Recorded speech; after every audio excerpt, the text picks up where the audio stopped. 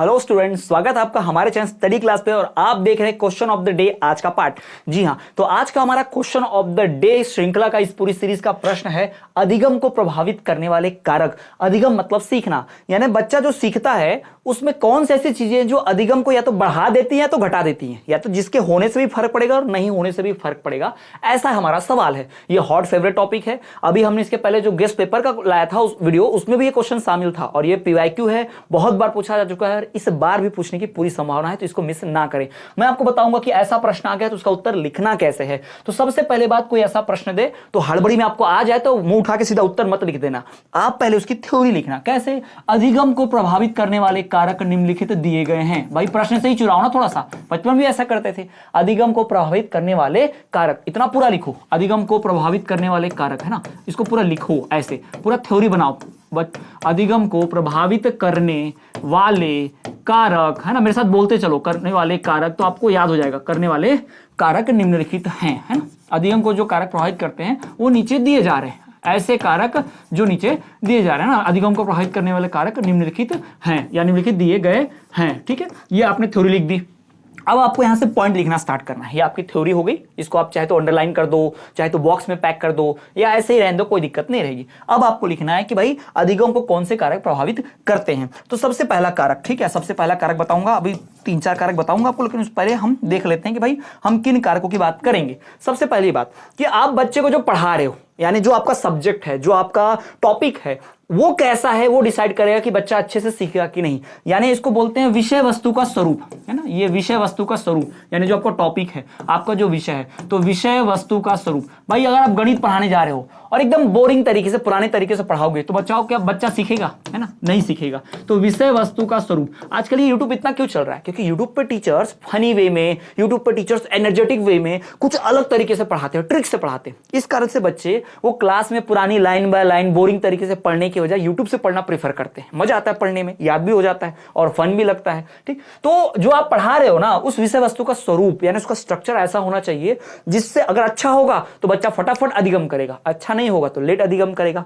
दूसरा भाई वातावरण। भाई किस वातावरण में सिखा रहे हो आप बच्चे को, है ना। वातावरण, आप रोड पे पास में रेलवे ट्रैक है, गाड़ी आती जाती है, ट्रक के हॉर्न चलते हैं और वहां पर स्कूल चल रही है, वहां पर कोचिंग चल रही है और पढ़ा रहे हैं, तो क्या बच्चे का ध्यान लगेगा पढ़ाई में? बिल्कुल नहीं लगेगा। तो जो वातावरण है वो अगर पढ़ने के, सीखने के, पठन के योग्य होगा तो बच्चा अच्छा से सीखेगा, और योग्य नहीं होगा तो देर से सीखेगा या नहीं सीखेगा। ठीक, तो ये हो गया वातावरण।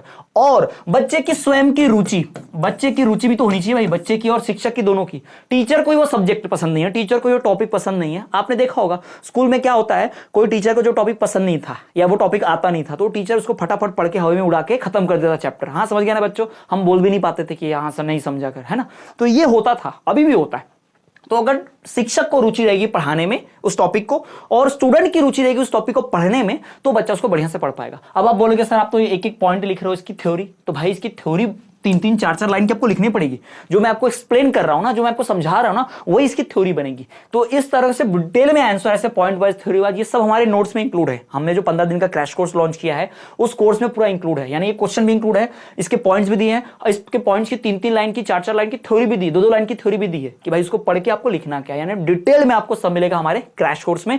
नीचे देंगे व्हाट्सएप नंबर, मैसेज करके क्रैश कोर्स परचेस कर ले। 15 दिनों का एक शॉर्ट क्रैश कोर्स हमने लॉन्च किया है। जो अभी तक कुछ नहीं पढ़े हैं या जिनकी तैयारी अधूरी है उनके लिए सबसे बेस्ट है वाला कोर्स। कम पैसे भी हो गए, हमने थोड़ा प्राइस भी कट डाउन कर दिया है ताकि सभी लोग खरीद पाए, क्योंकि कम दिन बचे हैं। ठीक, तो रुचि और क्या, शिक्षण की पद्धति। भाई शिक्षण की पद्धति, भाई आप जिस पद्धति से पढ़ाओगे ना, थोड़ा सा पद्धति को हम सुधार लेते हैं क्योंकि हमारा स्पेलिंग यहां पर गलत हुआ है ना।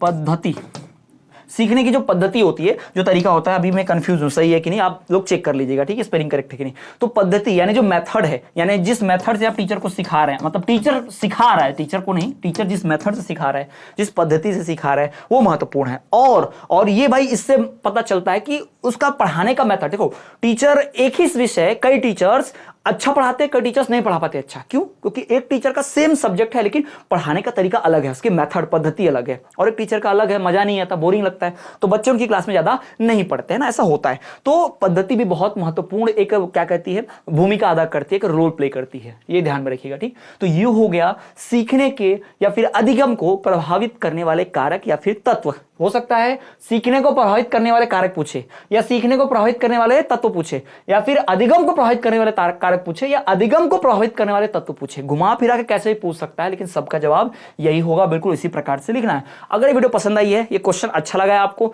समझ में आ गया है, तो नीचे कमेंट में बोल दो यस सर समझ में आ गया है। ऐसे ही कई सारे क्वेश्चन देखने के लिए आप हमारा प्लेलिस्ट चेक करोगे तो वहां आपको प्लेलिस्ट मिल जाएंगे ढेर सारे। और पूरा फुल कोर्स, क्रैश कोर्स आप खरीदना चाहते हो, 15 दिन में परीक्षा गारंटेड पास करना चाहते हो, तो हमारा क्रैश कोर्स जरूर परचेस करें।